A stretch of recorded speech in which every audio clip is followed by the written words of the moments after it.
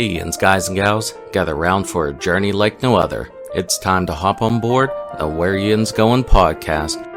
From the rivers that meet at the point to form downtown Pittsburgh, to the Great Salt Lake, to the furthest corners of the globe, Matt and Katie will be your compass, your confidants, your companions of that, as we explore the wonders of travel. So kick back, relax on your couch, and let the wanderlust wash over Yinz as we discover new horizons and reminisce about old favorites. With Matt and Katie by our side, the sky's the limit. Join Matt and Katie on the Where Yinz Goin podcast, because when it comes to travel, the journey's just getting started. And now, without further ado, let's give a shout for your guides through the highways and byways of travel, the planning partners, the travel tandem, Matt and Katie. Hi, Yinz doing? Welcome to the Where Yinz Goin podcast. I'm Matt. I'm one of your hosts. We're going to finish up our second part of our talk with Mandy about her trip or her cruise on the Disney Treasure. So we're going to pick up again where we left off, talking about the kids clubs. Enjoy. Taking a step up. Now they have the different clubs separated by age. And next is the Disney's Oceaneer Club, which is for ages 3 to 10, named for Mary Oceaneer, who gives the safety instructions in Typhoon Lagoon for the Misadventure Falls, and was a member of the Society of Explorers and Adventurers. If you listen to that podcast episode, we go into a whole lot more detail. And it's broken into different segments. That there's the Marvel Superhero Academy, where you can train with Spider-Man, Black Panther, Ant-Man, the Wasp, and more. There's Star Wars Cargo Bay, where you get to meet Chewie and Rey, and you get to help prep a starship for a mission to aid the Resistance. And you become an exotic creature handler, like porgs, lothcats, Dianogas, and some other animals. So everyone knows the cute little porgs from the newer movies, little like bird things. The lothcats, if you watched Star Wars Rebels, that the cartoon, they're on there. And the Dianoga, in the original Star Wars, whenever they go down the garbage chute, and that snake-like creature with the eyeball, that is what the Dianoga is. I didn't know that. Okay. And you can see the Dianoga in Galaxy's Edge, both at Disney World and Disneyland, that if you're near the bathrooms, or the refreshers, as they call them, right by the water fountain, if you look up, there's two little like water tanks, and occasionally the Dianoga will pop his head out of the one of them. So, oh my, that's a fun fact. I gotta find that. If it works, it doesn't always work. I've seen it broken down sometimes, but that's a neat little thing that you're getting there. You're getting a drink of water, and you see this bubbling. You look up, and then a little eyeball sticks out. There's also the Walt Disney Imagineering Lab, which you can design a roller coaster and then ride it on a simulator. Mm-hmm. So this is like living my dream of being a roller coaster designer. It's incredible down there. Yeah, it's for kids, and Zoe described it very well, that the check-in process of that they check you in, and then you get a wristband, or is it a stamp on you? So if you have a Magic Band Plus of your own, you can use that, and then you'll scan in. They'll make sure it's connected with their computer system, and then you go down the slide. If you don't have a Magic Band Plus, which you don't have to have, you can just use your Key to the World card. They'll give you, it actually looks like one of the first generation Magic Bands. It's gray, and they just put that on your child and then scan them in and send them down. And that one, if you do get that band, you have to make sure you return it, because otherwise they will charge you $25 for that band if you lose it or forget to return it. Good to know. Yes. But that's a real neat check-in, check-out process, so you know that they're safely there and they're not going to leave with anyone else. Mm-mm. And there are hours that you can go down and you can explore it too, whenever whenever you first get on the ship. So make sure you take advantage of that if you don't have kids, or if you're above the age. And just the whole idea of you check in and you go down a slide into it. I mean, that's It's just incredible. If anyone is a fan of Jimmy Fallon and the Tonight Show, that back in the pandemic, they showed his house, that he had these slides, and that was like his exit, that he would for his little girl's playroom. I love that. And he would always say his goodbye, and then they'd go down the slide and out. Love that. It's it's incredible. I mean, you check them in right there on deck 2, you scan them in, they go down. No, I lied. You check them in on deck 3. They go down the slide and then they're automatically, dumped out right by where the hand washing stations are. And then you pick your kids up on deck 2 for the kids club for the little ones. I think it'd be more magical if they went up the slide too to get out. Kind of like That would be like a little bit of pixie dust and just have them fly right back up. Mary Poppins can slide up the banister. Yes. Yes. And that's a whole part of the thing of Pirates of the Caribbean, especially in Disneyland. And if you watch the old Disney thing, the 10-year celebration, they called it the Tencennial. That Mhm. he's whenever Walt's describing Pirates of the Caribbean, and they go into a whole lot of detail about the Haunted Mansion and other things. But he says you go down the waterfall to get into the Pirates land, and then you actually go up the waterfall coming out. So, hey, Disney Magic, they've done that. So Yeah. Incorporate on the ships. That would be awesome.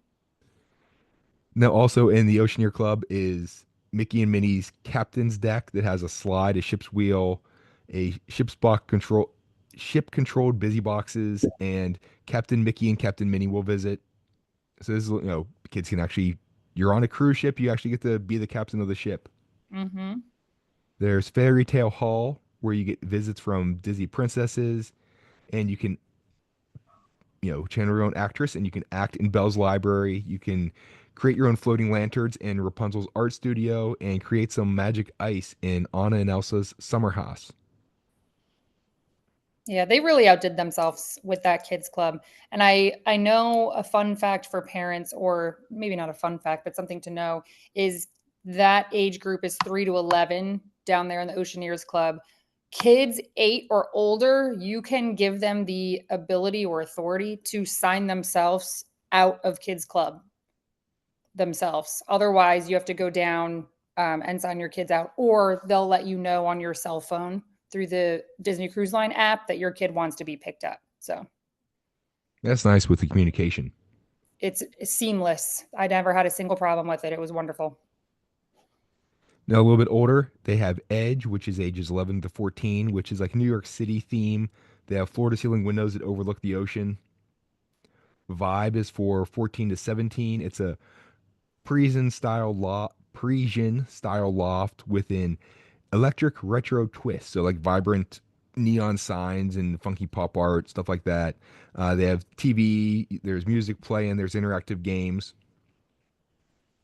And then even taking a step up is the Hideaway, which is for older teens and young adults. It has this vibrant color palette, retro inspired design. It has Mickey shaped disco balls, which I want that elsewhere. Okay. I It should not know. just be reserved for that. No. There's a DJ with karaoke contests and dance competitions. So, Yeah, because I think for the Hideaway, it's 18 to 20.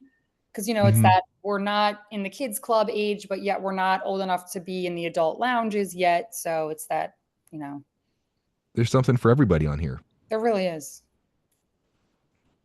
And now some extra experiences that you have to pay for. There's Adventure Tea with Royalty. It's for ages 3 to 12. You do need an adult. There's an extra cost that the adults have to pay too. Reservations are required, and you have to cancel at least 3 days before the reservation if you're going to cancel. Otherwise, they'll charge you. And you are joined by the Treasure Seekers, Seakers. Again, play on words. It's the names are Coriander and Sage, and They're they'll lead awesome. you with music and singing. You'll meet Disney princesses, their snacks, and all the kids who join get an adventure sash, the adventure inspired sling bag with charms, the adventure tea with royalty book that includes activities to do and pages to get autographs, binoculars, a compass keychain, and a shoulder plus of Pascal from Tangled. Cute. I want one of those. I know. Now we didn't do that experience, but Coriander and Sage put on a bunch of different shows throughout the ship, throughout the entire voyage. So they're a must see. They're really, really entertaining and fun. Classic Disney entertainment, finding those cast Mhm. members who can engage an audience. Just like at the parks, you have a Bibbidi Bobbidi Boutique Oh yeah. for ages 3 and older.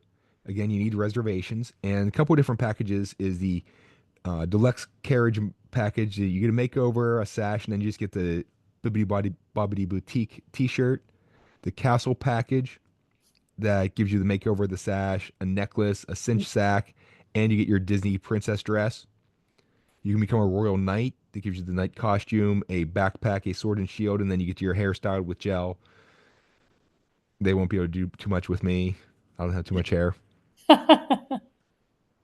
There's the Captain Mickey costume package that has the hair gel, the Captain Cinch sack, autographed book and pen, and the Captain Mickey costume and hat. And then for the pirate nights, they have some pirate options. So this is Perfect. only for nights that they have the pirate party. You can get a pirate costume, the makeup, the cinch bag, and some accessories. The swashbuckle gives you the pirate vest and waist belt, the makeup, the cinch bag, and accessories. And then there's also just the makeup and accessories, which also comes with your cinch bag. Perfect. For those of you who need to get your workout in, or if you overindulge and you feel the need to work some of that off, although in reality, come on, cruise calories don't count. Right. And As their long as their vacation calories too, those don't count. And it's Disney, so that doesn't count. But yeah. they have cardio equipment, weight machines. They have fitness classes like aerobics, yoga, Pilates, and they can offer some other ones. You can even get a personal trainer to work with, although that costs a fee. And kids aged 14 to 17 can go into the fitness center, but they need adult supervision. Mm-hmm. And one thing I will interject here about the treasure that I know some guests were a little disappointed with. It does not have that track along, and I don't know what deck it is. I apologize on the other Disney ships, but most of them have that outside track on one of the decks up top. They don't have that on the treasure. So there, you could, some mornings, especially up on the adult only deck, I believe 13 or 14. I remember watching a girl trying to like get her morning run in, and she would kind of run towards the end and then turn around and kind of run back. So that's a little bit of a downfall on the treasure on the Triton class, but you know, You got all the other stuff. you got all the other stuff, and there's a lot of stairs. You can get your steps in that way. They also have the Senses Spa, which has it's a nature inspired oasis. You can get your spa and beauty treatments. And they have what's called the Rainforest. It has indoor and outdoor area with heated lounges, fountains, aromatherapy, steam room, a dry sauna, and a calming pool. Now they need to put this elsewhere that I can, sometimes throw my little girl into the calming pool, and hopefully that will work its magical powers. And I didn't enjoy the rainforest. I know that's one you have to get reservations for, I believe, just so you can go out there and enjoy it. I did get a massage, and even though I got a massage was in the spa area, it didn't include the rainforest on that. So I remember in one of the videos I watched prior to cruising, people getting on, on the first day and immediately heading up to guest services to make sure that they could reserve their time for the rainforest. And so was there something about it that just didn't click with you? No, I just didn't Uh, do it. just you couldn't get in. Yeah, I didn't think about it, and like you said, there's so much more to do on the ship that I wasn't that worried about it. Yeah. Now they do have other salons and barbers. There's the Untangled Salon where you can get hairstyling, manicures, pedicures, and then Hook's Barbery that you can get a shave and a haircut, 2 bits. Okay, it's Mhm. probably going to be more than that. And they have a bar with specialty whiskeys. So drink Yes, some they do. whiskey, have some whiskey while you're getting your whiskers trimmed. Yeah. And that one you have to book. That's one of the tastings that I think you have to do. Anyone who's the whiskey fan, there you go. There you go. Don't worry, the barbers will not be drinking the whiskey, so you're safe. Sorry, and I said that right as Mandy was taking a drink. No, any spit takes. Now, with the dining, there's rotational dining that lets you rotate through the restaurants along with your servers. So let your servers get to know you a little bit better, your wants, your likes, your dislikes, things like that. Mhm. And there are 3 main restaurants that you rotate through. First one up is 1923, which is named after the year that the Disney Brothers cartoon studio was founded, October 16th, 1923. And that's what the whole D23 organization with Disney, and they put on the big conventions, and you have all the announcements. And now Mm-hmm. they have a variety of foods from Europe, Asia, and South America. There are two dining rooms. One is themed for Walt, and one is the Roy dining room. So very appropriate. Yep. And you're assigned. So we were assigned to Roy. So we only ate on the Roy side twice. And there are thousand drawings. There's props, tools of animation trade. They're used as decorations. They have sketches and storyboards from The Lion King, Tarzan, and some other the Disney cartoons. There's the Worlds of Marvel, which has a variety of foods from around the world.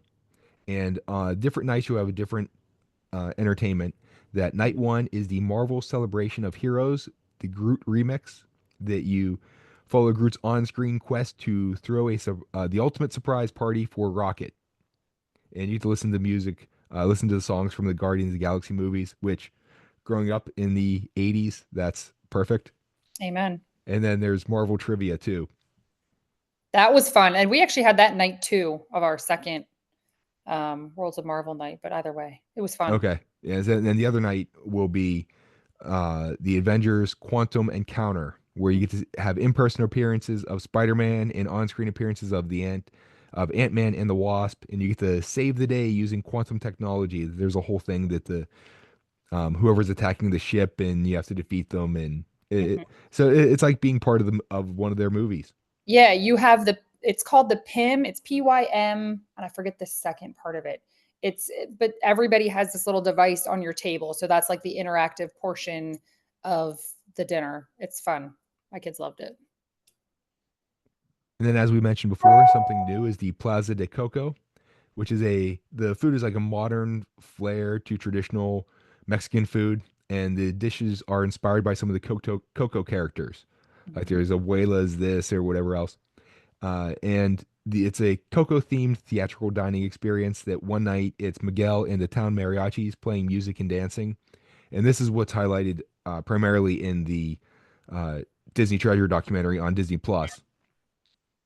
And then the other night will be Dia de los Muertos celebration with Mama Coco, Abuelita, and the rest of the Rivera family. Although they do talk about that a bit too on the documentary. And they can Mhm. also celebrate anniversaries and birthdays or whatever else you're gonna have too. Mhm. And our first night eating there was Sunday. So it was the second night of our cruise. It was formal night, and it was my daughter's 8th birthday. So it was amazing. That's awesome. Did you have a favorite among the places to eat? That Plaza de Coco was my favorite. My husband and my son loved 1923. Zoe, I think she liked them all, but Plaza de Coco was my 100% my favorite. And when you walk in, you go down this hallway and you feel like you're kind of going into their home, if you will, and then you walk by the ofrenda that literally looks exactly like it does in the movie, but life size. It's amazing. Even on the main photo with Papa Hector and Mama Imelda and Mama Coco as a child, they even have the little tear in it with like the tape over it. The details. It's Disney. It's beautiful. I love that restaurant. So was that because of the food, because of the atmosphere, or combination of them? Combination. The food was, like I said, I am a huge fan of Mexican food. So anytime anything Mexican related, I typically order it. So that menu just spoke to me every night I was there. Oh my gosh, they had amazing guacamole and chips the one night. Obviously, it was like a traditional Mexican restaurant where they give you the chips and salsa, before your meal. Mm-hmm. Um, Amazing options, not only for like the carnivores in your family, but they had some great vegetarian friendly options as well. Like butternut. I had a butternut squash enchilada one night. Amazing. Good to know. Uh, they have specialty restaurants that will cost extra, and it's adults Mm, only, and you need reservations. Their reservations will not be confirmed until 30 days before sailing, and you have to cancel at least 24 hours in advance to avoid being charged. And there mhm. is a dress code. And so the official terminal wordage that they use is the adult exclusive restaurants aboard the Disney Cruise Line ships are elegant dining experiences. Guests are requested to dress in a manner consistent with the restaurant's sophistication. And you get that wording in even for like at Walt Disney World when you're going to Like Monsieur the Paul. yeah, Victorian Alberts and stuff like that. Mhm. Yeah, it's formal or semi-formal attire is required. Also permitted is dress casual attire with a polished look, such as dress pants, jeans in good condition, collared shirts, dressy tops, and lifestyle shoes. For Yeah. brunch at Palo and Palo Steakhouse, dress shorts are acceptable. Clothing such as t-shirts, swimwear, and sports attire are not permitted. So just Mhm. be prepared for that. And speaking of Palo Steakhouse, the decor is inspired by Cogsworth from Beauty and the Beast. They have brunch and dinner. Uh, Brunch is a good option if you can't get the dinner one, so you can still get in there. And the steak options are like the American prime cuts, Australian wagyu, Japanese Kobe, and what was it Miyazaki beef. So you're getting some really really good stuff there. And they have Italian wines and craft beers, which I think it's kind of weird that it's themed to Cogsworth from Beauty and the Beast, which is a French movie or supposed to take Mhm. French and French, but they serve Italian wines. So I don't Yeah, know. that's interesting. But I guess the Italian wines maybe go better with the beef. I don't know. Whatever. Yeah. They know more than me. And then there's also a private dining room that has either prefix or a la carte menu options, and you can get up to 12 people. And then the other one is Enchante, which is inspired by Lumiere from Beauty and the Beast. They have lunch or dinner. It's a gourmet, French inspired prefix or a la carte options. They have ingredients from around the world and in season produce and to make some international dishes. So whenever you get the a la carte, you have some international options. There are two dining rooms and then a private dining room that you can get a multi-course meal up to 10 people, and you also get to interact with the head chef, Arnaud Lallement, who is a three Michelin stars chef from was it L'assiette, uh, Champenois, Champenois. I don't speak French. I'm Yeah, sorry. we're probably butchering that. It's okay. That's near Reims, France. And he also created the menus for the Remy themed restaurants on the Disney Dream and Disney Fantasy. So Hmm. when they ask you back, you know you're doing a good job. I would say so. Yeah. And those, like you said, those are the restaurants that you have to pay for, actually reserve them. And though, fun fact, if you are a Platinum Castaway Club member, you do get a free dinner um, at I believe Palo Steakhouse. So if you've sailed over, I think it's 10 times for Platinum, then you can enjoy one of those meals for free. 9 more cruises to go for you. 9 more. And honestly, though, there's so much food available that's included in the price of your cruise fare that I didn't even consider, booking, something else to eat that you'd have to pay for, just because you're not going to go hungry. It's impossible. And especially with the options they have at Plaza de Coco that you love too. Yes. And the room service and the I think you're going to talk about it here shortly. The Mickey and Friends Festival of Foods on Deck 11. You cannot go hungry on a Disney cruise ship. Yeah, and let's jump into more of the quick service restaurants you can grab bites to eat. Those are the main dining rooms that you can go to in the evening for dinner. But throughout the day, there's the Marceline Market that has breakfast and lunch and a bunch of variety of foods, including vegetarian stuff. Mhm. Jumbo Sweets, named for Jerry Jumbo Jr. from Zootopia. It has ice cream and gelato. And I love the spelling of Jumbo. It's Jumbeaux. Mhm. And So that's the good. one that's extra. Those you have to those treats you have to pay for. So that's one that was that Zoe was telling us about that too. Yeah. There was Yep. some She that and her brother went in there, and I do think my son said he spent, because he had, Disney gift cards from grandparents. So he said he spent a lot of money in there on his gift card. So I think that means it's good when you have free food and you have pay for it. There's Wheezy's Freezy, so Wheezy from Toy Story, the little the little squeaker, penguin. yeah, the penguin I love that's him. on. He sings at the end of Slinky. Slinky Dog Dash, yeah. Yes. And so that's near one of the pools, and they have frozen fruit smoothies. There's two walk-up cafes near the Grand Hall. There's the Jade Cricket Cafe themed to Mulan, and the Hey Hey Cafe for Moana. Which is And so then cute. The Mickey and Friends Festival of Foods. It has Mickey's Smokestack Barbecue, Donald's Cantina, Daisy's Pizza Pies, Goofy's Grill, and Minnie's Delights. Yep. And that is located on deck 11 behind the main like movie screen. And just for a tip, if you go on the Disney Treasure and I guess any of the ships that have this little outdoor, because they're basically like little food trucks on deck 11, they empty the pools every day, I believe at I think right around 11:45 or 12 o'clock. They have everybody come out and I think they clean them, make sure everything's running properly. It's around that time that then everybody's like, oh, well, we're hungry. Let's go get in line for all of the different little food trucks down there. So you want to plan on getting in line and getting your lunch if you're going to eat there like around 11:30 before that happens, because the minute the pool is empty, those lines they really start getting long. There's your insider tip. That's why Mhm. you book cruises with Mandy, because she will give you all those all All those those little tips. all those little tips. The last one we're going to talk about is Preludes, which is a little snack bar outside the Walt Disney Theater. So you get your snacks before you go into your show. And then there's a bunch of lounges. There's Sarabi, which is Lion King themed. Now, Mhm. this is two stories that overlook a stage. It's like a mezzanine level, if you want to think of it that way. Mhm. It has musical performances, stand-up comedy acts, family game shows. It's Mhm. more family fun during the day, but then at night it's adults only live entertainment. Probably one they really went all out on this next one, the Haunted Mansion Parlor. It's they highlight in the documentary that it's Haunted Mansion themed. You can drink your spirits with the spirits. Yes, you can. Yeah. And some of the cool things that they have a ghost fish in a fish tank.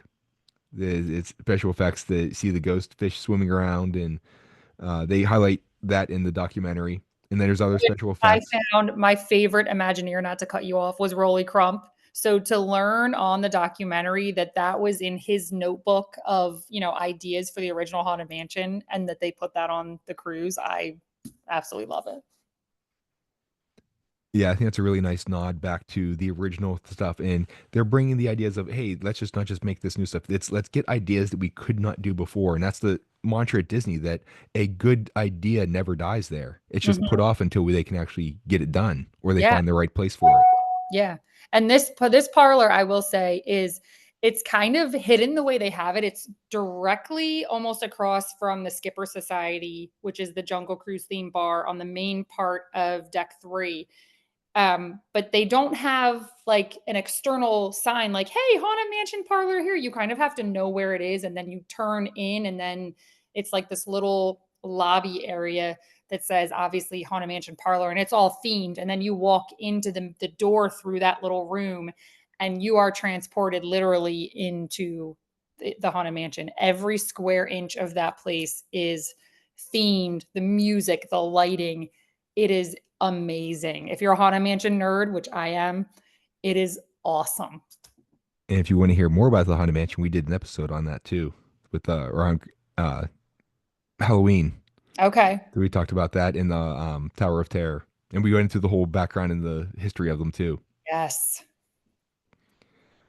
And some of they do like the holograms, like the hitchhiking ghost, and there's Madame Leota wishing saying come back soon and things Mhm. like that. So it's it's creepy looking in there. So they really went all out. All out. And it's interactive too. And some of them, if you're sitting up at the bar, because my husband and I probably went 3 or 4 separate times on our cruise. And during one of them, when Madame Leota's doing her, little mantra, they'll give you a tambourine or they'll give you the bell, and you have to wait for that part when she's like, oh, I don't have the, Yeah, and your tambourine played on your yes, tambourine. yes, exactly. So you have to do it in tune to it. It's a lot of fun. That's awesome. It really puts you into the part. It does. And as Mandy mentioned, right across from the Skipper Society, which is jungle themed cruise, there's also Periscope Pub, which is themed to the 20,000 Leagues Under the Sea, submarine voyage. And this is really neat that they have a quote unquote glass ceiling that shows the watery world above. And Mm. then there are scientific monitors, quote unquote, that display news and live sports from around the world. Yep. Yep. The watery world above the glass ceilings, that's beautiful. We only hung out in there one night for a little bit. It wasn't very busy. I did hear that they have excellent burgers, though.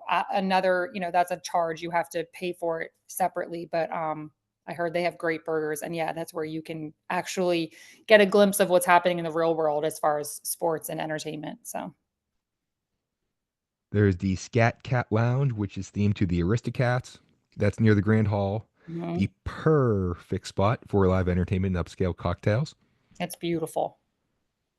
There's the Rose, which is themed to the castle from Beauty and the Beast. It's at the entrance of Palo and Enchante, and it has sweeping ocean views and the floating rose petals. So they really went all in with the adult only ones of one's Lumiere, the other one's Cogsworth, and they have the Rose right in the middle. So it's all a nice Beauty and the Beast thing that all just ties together. Hmm. And that's a great place that if you're get to your reservation a little bit early, you can have a drink, or if when you're done, if you just want to relax in the lounge. So Yeah. it all plays together nicely. There's Currents, which is an open air bar. The Quiet Cove Pool, which has an infinity pool, a bar, and a poolside lounge. The Cove Cafe that has specialty drinks, coffee, and tea, and they have beverage tasting at select times for a fee. And then there's the Triton Lounge, which has family karaoke and some trivia. So again, during the day, it's more family oriented. At night, it shifts to more adults only. Hmm. And then, as Mandy mentioned, there's room service that's available 24 hours a day. Breakfast is from 7 a.m. to 10 a.m., and then lunch and dinner stuff the rest of the day. There's a fee for some items. They had a big long list that I was looking at. And then there's shopping. That there's what, one, two, three, four, 8 different shops that I have listed there. And some of the names of the here and like the themes are great. There's Three Wishes, Dory's Forget Me Nots, which Hmm. Which is cute because it's such a clever name because it's located up on deck 12 right when you leave Marceline Market, and if you're heading out to the pool deck, and it has things like towels, sunscreen, hats, swimsuits, like, if you forgot them, we have them. I love it.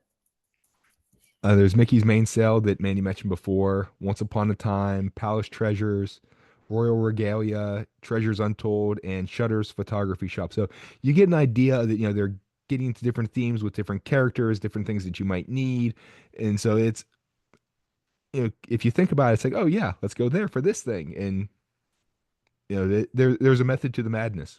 Hmm. And there's something for everyone, from the little affordable, cute little cruise merchandise you can purchase all the way up to, diamonds and designer watches. So something for everyone. I'll take a watch for each hand, please. And now that we talked about the ship, let's actually talk about where you can go. So with the Treasure, it's 7-night sailings in the Caribbean, either Western Caribbean or Eastern Caribbean or Caribbean. Take your pick of how you want to pronounce it. Hmm. They all depart from Port Canaveral. And for Mandy's cruise, day 1 they departed, and then day 2 was at sea, and day 3 was at sea. So you got a lot of at sea time on this ship, Hmm. which It was awesome. I've never been on a never sailed either. But if I do it, especially with all the stuff that's on these ships, it's like, why do I want to go to a port? Let's just stay here and have fun. I know you get FOMO, that fear of missing out. Like, wait, but what's happening on the ship? Day 4 was Totola That was the British Virgin Islands. and then St. Thomas. Another day at sea, and then you went to Castaway Key, Oh, yeah. which is one of Disney's private islands. We talked about Lighthouse Point and Lookout Key with Maureen on one of the episodes. Mhm. Actually, I think we might have spread that into 2 episodes. And then the last day you got back to real life. Oh, there's nothing. Oh, that was the saddest day when we woke up because we had breakfast at 6:45 a.m. Because one thing about main seating, which is the 5:45 p.m. dinner, as opposed to the late seating at 8:15 p.m., that means on disembarkation day, you are going to have breakfast at 6:45 a.m., which, I mean, you don't have to go to, but obviously. So when you draw back that curtain that last morning and you're at Port Canaveral, it's kind of like that sinking, no, it's over. It was sad. It's that feeling whenever you wake up, it's the last day of Disney and we Exactly. have to leave. We have to pack. We have to get our luggage. Yeah, it's sad, but But as you said, that's why you get your placeholder for the next cruise, and then you know you're coming back. you know you're coming back. So we hit on a whole bunch of stuff there, Mandy. Is there anything else you want to add about your cruise? Don't feel like you have to do something at every port. I know when I talk to other people, specifically coworkers, actually, and one of their drawbacks to booking a cruise, they think, well, I don't want to have to abide by an itinerary. I don't want to have to get off the ship. You don't have to get off the ship. Yeah, you're going to port. That doesn't mean you have to leave. You don't have to book an excursion. So, for instance, we booked an excursion at Tortola. We did one of the Joost van Dyke excursions. So we boarded a boat, took about a 40-minute boat ride with a bunch of other guests um, to another island in the British Virgin Islands, got aboard a little truck that took us on like a 5-minute drive to this gorgeous cove with this beautiful bay, literally out of a postcard. And we got to hang out there for a couple hours before we went back. Everything that you book through Disney, I felt entirely safe the whole time. You're with a bunch of people from the ship. But then the very next day, we were at St. Thomas. We didn't book an excursion. We didn't want to have to feel, pressured into going somewhere if we didn't want to. We walked around the port town. It was like not the best, it's those t-shirt shops and, buy a shell that says St. Thomas, that kind of stuff. So we didn't spend a lot of time there. Next year, we are going to book something for that just because it felt like we kind of wasted a day, if you will. But then we got back on the ship, had lunch, enjoyed the pools, and it was much less busy. So, And that's one of the nice things. If you don't want to spend extra to book a shore excursion, mhm. a lot of people are going to, and you have a lot. The ship is a lot less crowded. A lot less crowded, and things are still happening while you're on the ship. Now, I will say the gift shops, that's a little fact, the gift shops will close when you're at port because everything you purchase at the gift shops is tax-free because you're in international waters. But the minute you get to port, they have to close because then they'd have to charge you tax. And I guess they're not set up for that. You have to put a different program on their cash registers, stuff like Yeah. that. Yeah. Yep. So yeah, don't feel pressured by a cruise itinerary.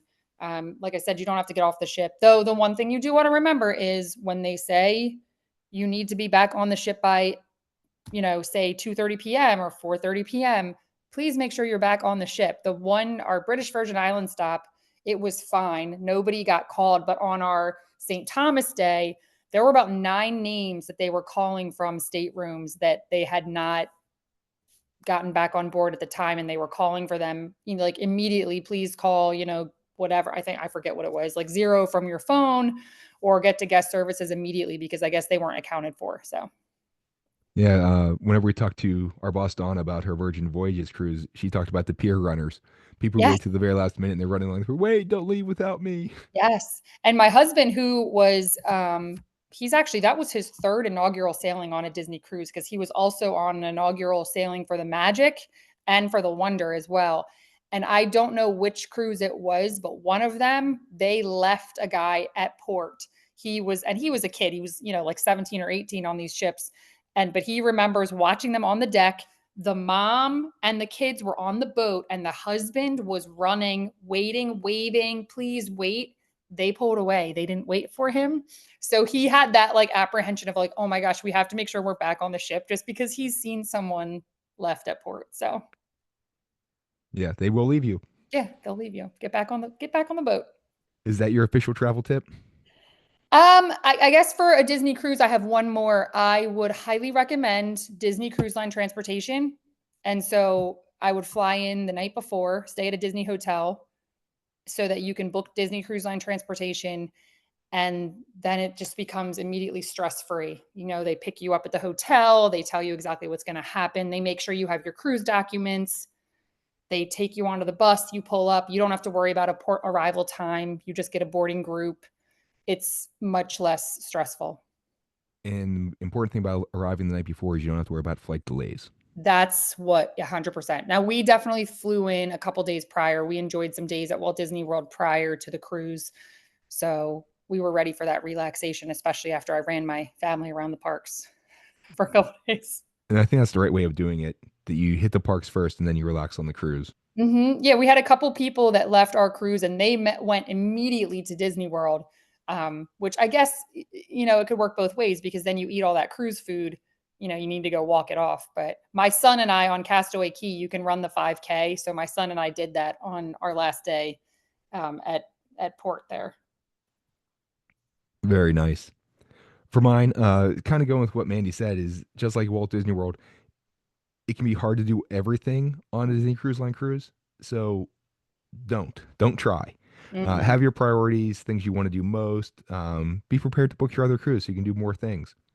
And to help you experience it more, pack your swim stuff in your carry-on bag. So whenever you get on the ship the first day, the pools are usually not very crowded because everyone's getting checked in. They might have packed their stuff, so they don't have access to their swim stuff. So you have enjoy the most of it. Be ready, prepared to hit the pool right away. That's a good tip because I think especially for us first timers, except for my husband, we wanted to tour every nook and cranny of the ship before settling down. And there were a couple people swimming.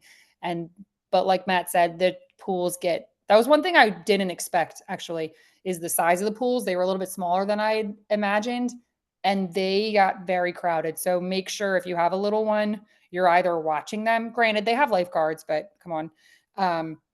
Those pools get packed with kids.